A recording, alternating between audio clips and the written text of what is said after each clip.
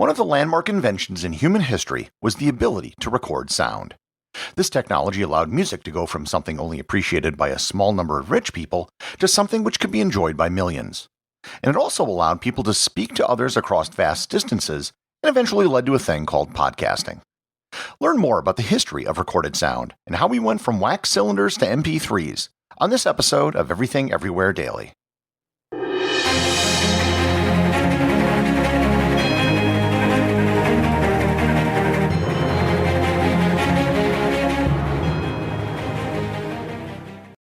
This episode is sponsored by Kachava. Hey everyone, I wanted to tell you about Kachava, my all-in-one daily super blend. If you're worried that you aren't getting all the nutrients you need or struggling to stay on top of your health, then listen up because Kachava has you covered. Kachava puts everything in your body in one glass, so you can have it all. All the superfoods, all the vitamins, all the omegas, all the adaptogens, all the greens, all the protein, all the benefits. For your gut, your skin, your hair, your brain, your muscles, your heart, everything. No more compromise, no more guilt, and no other nutrition shake does all of this. They traveled to the ends of the earth to source everything and then crushed it up. Kachava is a powder. You take 2 scoops of it and just add water and blend it up, and it tastes incredible. They have 5 delicious flavors: vanilla, coconut acai, chai, matcha, and my favorite, chocolate. I can drink 1 glass of Kachava a day, and it'll keep me full for hours. Trying to manage all the supplements and ingredients you should be taking can be overwhelming and expensive.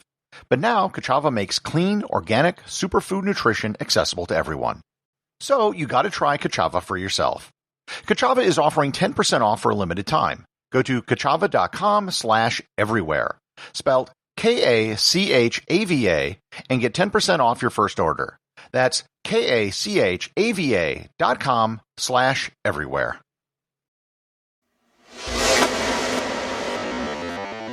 Normally when I talk about the development of a tool or technology, some extremely early version of it predated the modern version by hundreds or even thousands of years. That is not the case with the recording of sound. There is nothing we can point to before the mid-19th century which is even a proto-version of sound recording. And I have to acknowledge an urban legend and news story which broke several years ago which claimed that sound waves had been etched into wet pottery when it was being shaped. And in one claim, the noise of Mount Vesuvius erupting had been captured in a clay pot moments before it was buried in volcanic ash. All of these stories have been debunked. Not only is there no evidence, but given how clay pots are made, it would be almost impossible for a needle to etch sound waves into them using ancient tools. That being said, the problem of capturing sound waves is a relatively straightforward one. Sound consists of vibrations that travel through the air. It is fundamentally a physical phenomenon.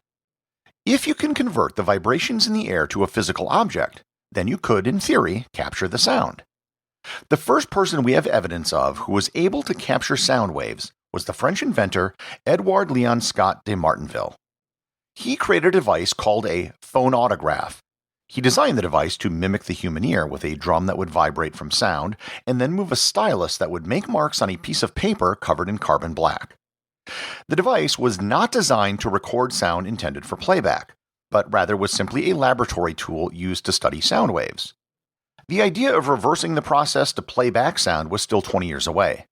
However, many of Scott's recordings, which were just black pieces of paper, survived with the sound wave images intact.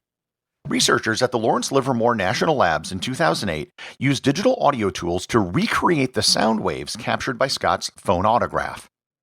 These sounds are now considered the oldest sound recordings in the world, and they predate the previous earliest recordings by 28 years. Here is a short clip of Scott singing Au clair de la lune on April 9th, 1860, the oldest recording of a human voice in history.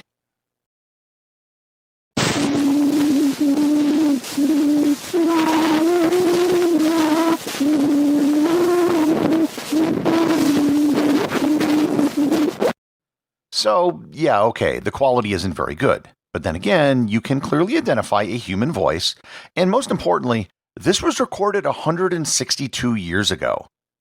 Scott's system was neither practical nor useful. It was a laboratory tool. There were several people in the later half of the 19th century who were trying to develop something which could both record and play back sound. In 1877, a French poet by the name of Charles Cos designed a system for recording and playing back sound. He even submitted the idea in a sealed letter to the French Academy of Science in April of that year, but he never built a working prototype. He called his device the Paleophone. Because he never actually built anything, he is seldom credited with the invention of sound recording. However, a few months later, the American inventor Thomas Edison began working on a similar device. He announced his new invention in November and called it the phonograph. Edison's impetus was to record sounds that were transmitted over the newly invented telephone, which had been announced the year before. Edison's first system was entirely mechanical, and by that I mean there was no electricity involved. The first recordings were etched onto tinfoil which was wrapped around a cylinder. You had to speak into a horn that would collect the sound that vibrated a membrane, which moved a stylus that would make indentations into the foil. Needless to say, the sound quality was quite poor, and each recording had to be a custom job. Edison usually threw away his old tinfoil recordings because they were useless after a few plays. However, one recording from 1878 was found and recovered. It's Edison reciting, "Mary Had a Little Lamb."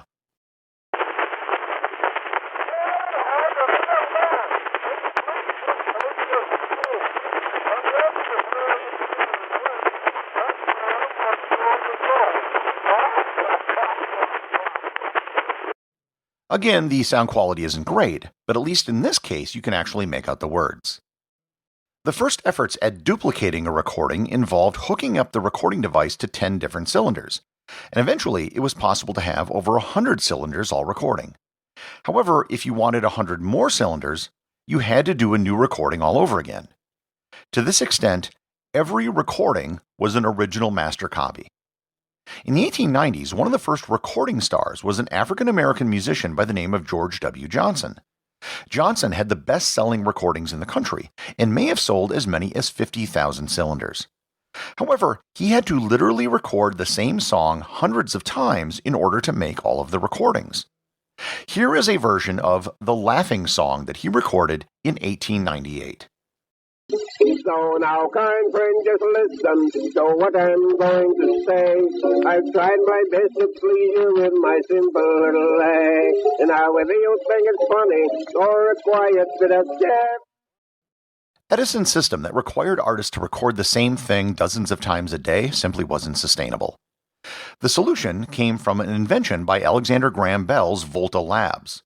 They developed a system for recording onto a wax disc that was called a graphophone. Whereas Edison etched the sound waves onto foil, the graphophone engraved the sound waves into wax. Bell created the Volta Graphophone Company, which via a series of mergers is still alive today in the Columbia Record Company. There wasn't a big quality difference between a disc and a cylinder, but there was a huge difference in the ability to produce and distribute recordings. A wax disc could literally be turned into a metal plate, which could then be used to press out records in a factory. In past episodes, I've talked about inventions like the light bulb, the steam engine, and the printing press. What they all had in common was that the system which won wasn't the first one developed. It was the first one to create a practical system. In this case, it wasn't the graphophone. It was a system developed by the German-American inventor Emil Berliner.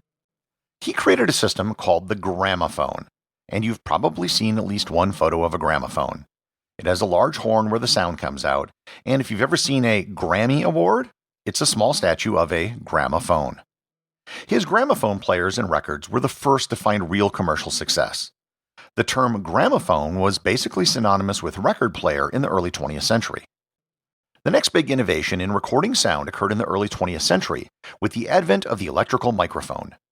The microphone could convert a sound wave into an electrical signal. This allowed for amplification, as well as balancing other sound inputs. The Western Electric Corporation developed an entire suite of electrical sound products, which greatly improved sound quality.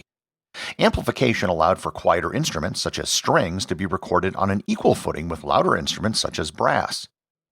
Electricity also allowed for the creation of electrical gramophones, as they were called, which used a motor to power the turntable and an amplified loudspeaker for the sound. However, at the end of this electrical system, it was still a disc made out of wax with grooves mechanically cut into it. The next big leap occurred after the Second World War. The Germans had been using a technology invented in the 1930s called the magnetic tape. Magnetic tape was a huge breakthrough in sound quality. American radio engineers during the war knew that the Germans had some unknown technology when the quality of their recorded radio broadcasts was as good as their live broadcasts. Starting in the early 1950s, magnetic tape was used for almost all master sound recordings. Not only was it better, but it could record each track independently. This allowed for various instruments, or even completely different takes, to be edited together after recording. Perhaps most importantly, it led to the development of stereo sound recordings, where different sounds would come out of different speakers. The difference between music recorded on tape versus music recorded directly to wax was similar to standard definition television versus high definition television. You can hear a very clear difference in sound quality between music recorded before the early 1950s and after. And if you want a really good example, go to your favorite music service and listen to any song by Frank Sinatra that was recorded in the 1940s versus anything he recorded in the 1950s. Improvements in recording quality led to the development of high-fidelity sound systems for consumers. There were advancements in the distribution of music as well.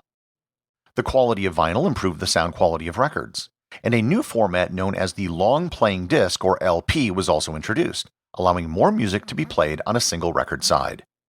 LPs also spun at a slower 33 1/3 rotations per minute compared to the 78 RPMs of older records. An LP could hold as much as 22 minutes of music on a single side. While recording was now done on tape, it took a while to distribute music on tape. Reel-to-reel tape players were sold in the 50s and 60s, but they were mostly only for people with high-end sound systems because the tape's sound quality was better than vinyl. Plus, you could listen to an entire symphony without having to flip the record over. While reel-to-reel had high quality, it was very cumbersome to play. That problem was solved with the development of magnetic tapes in cartridges. The first popular cartridge tape was called the Stereo 8, or, as it's better known, the 8-track tape. A consortium developed the 8-track tape standard in 1963, and it was already being installed as an option in Ford cars as early as 1965. 8-tracks were extremely popular from the late 60s through the 70s, as it was the first recorded musical format that could be used in automobiles or portable devices. Sales peaked in 1978, and the market had completely disappeared by 1983. What replaced it was the compact cassette tape. Developed in 1963 by the Dutch Philips Corporation, it was much smaller and much easier to use than an 8-track tape. I remember having a big rack of tapes in high school. That was the primary music format that everyone used, and they were even better suited for cars and portable devices. It was the cassette tape that led to the popularity of the boombox. Moreover, unlike 8-tracks, you could buy blank tapes to record your own sounds, or, to the bane of the music industry, you could copy music. Cassettes for the first time allowed users to mix and match songs and create what became known as mixtapes. The cassette era was actually pretty short-lived, however, because just a few years after it gained ascendance, the digital audio compact disc, or CD, was introduced. A joint project of the Philips and Sony Corporation, the CD had many advantages over cassettes and LPs. For starters, the sound quality of digital music in almost every blind test is considered to be much higher. Second, while CDs were susceptible to damage, they were much more forgiving than cassettes and LPs were. Playing a CD didn't involve any physical contact, unlike a record needle or a tape head. You could play them in a car like a cassette, yet it also had album art like an LP. The length of a CD was set at 74 minutes, because the wife of the then Sony CEO Akio Morita felt that an entire recording of Beethoven's Ninth Symphony should be able to fit on a single disc, and the longest version they could find was 74 minutes. The industry went through yet another cycle of a new format replacing the old format, but it turned out that the CD was to be the last major physical music format. The 1990s saw the rise of the Internet. CDs and the early Internet didn't really work together because the music on a CD was uncompressed, which made the file sizes very large. What turned the Internet into a vehicle for sound was compression, the ability to take a digital file and make it smaller without any noticeable diminishment of sound quality. The technology that made the Internet a platform for sound was the Moving Pictures Experts Group 2 Audio Layer 3 format, commonly known as MP3. It was developed by the Fraunhofer Institute in Germany in 1991, and it was able to condense digital music down to a fraction of its original size. Fun fact, the song used by the engineers to test the MP3 platform was Tom's Diner by Suzanne Vega. The MP3 format changed everything.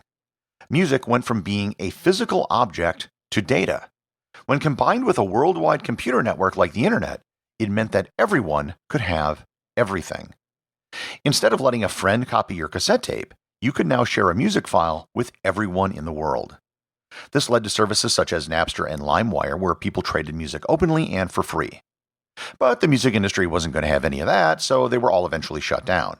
And in their place arose streaming services like Spotify, where you had to pay a monthly fee or listen to advertisements between songs.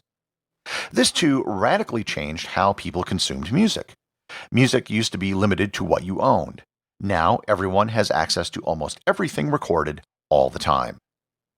There are a host of different digital audio formats, but several years ago the Fraunhofer Institute released all of their intellectual property surrounding the MP3 format. Even though other formats are arguably better, MP3 is good enough and has simply become ubiquitous. The recording you're listening to right now is an MP3 file. In fact, you can think of this podcast as being representative of the state of the art in audio. And by that, I don't mean I have the best or latest audio gear, because I don't.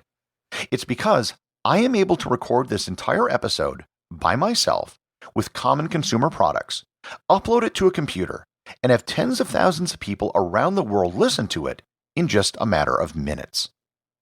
The democratization of sound recording and easy free global distribution of audio is something that Edward Leon Scott could never have imagined when he recorded the first shapes of sound waves on paper 162 years ago. Everything Everywhere Daily is an Airwave Media podcast. The executive producer is Darcy Adams. The associate producers are Thor, Thomsen, and Peter Bennett. I just wanted to extend a big thank you to everyone who is supporting the show over at patreon.com. I have show merchandise available there, including hoodies, t-shirts, and stickers. Plus, it really just helps me get this show out every single day, including, of course, weekends and holidays. Remember, if you leave a review or send me a boostagram, you too can have it read on the show.